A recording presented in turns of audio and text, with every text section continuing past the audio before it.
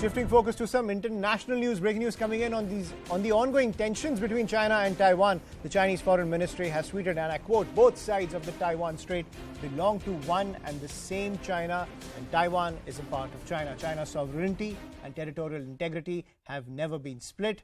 The One China principle is what underpins peace and stability across the Taiwan Strait. Anyone who challenges and breaches the One China principle will be responsible for causing tensions in the Taiwan Strait." Strong words coming in from the Chinese regime amid those tensions with Taiwan after Nancy Pelosi's visit. The Chinese Foreign Ministry has tweeted out that statement. I'm joined by Abhishek on the phone line. So Abhishek, the war of words is far from over amid the military drills. So while that military aggression continues in the Taiwan Strait, China continues to make the point that the One China policy is here to stay, and anyone who threatens that will suffer the consequences. Of course, the Chinese ministry has repeatedly come out with such strong statements, and especially harsh statements against Nancy Pelosi's visit to Taiwan, and they have regularly updated how the global community is also coming out in support of One China policy. The latest is that they have said that 170 countries have accepted the fact that there is only one China, and it is only USA and its allies and certain countries in the Europe who are not letting this theory, which has been very much established, accept to the global audience. In fact, the Chinese side has also trying to allege USA and its partners to have abated and encourage the government of Taiwan to go rogue and be standing up against China. Meanwhile, we have seen so many drills, military drills going on in Taiwan Strait. Today, it was reported that Taiwanese side has also reciprocated in some simulating war drill against Chinese forces who are present in the water around Taiwan. And Chinese side is going to continue with their exercises till 15th of August. So we'll have to see how this whole situation pans out in the next 1 week time, because the diplomatic tensions are pretty much high. Now the military tensions between the two sides of the Taiwan Strait, the water, is also getting up heated. Right. Abhishek, please stay with us. We're getting some more breaking news that's coming in when it comes to the economic tussle between China and the United States over semiconductors.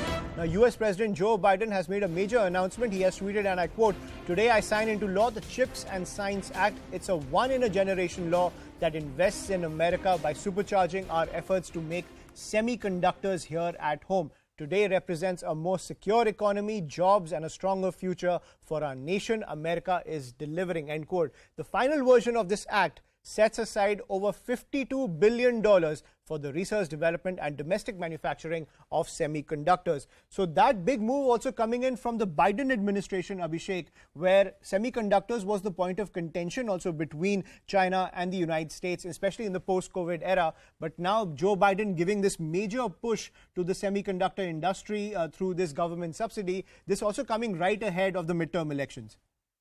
Also, Ayushman, ever since this pandemic has hit, and there has been strained, trade relationship between USA and China, the industry in USA have felt for a very long time that their dependency on semiconductors and essential electronic parts on China or other Asian countries have been a major hindrance in their own manufacturing industry, which they have realized in the last couple of years.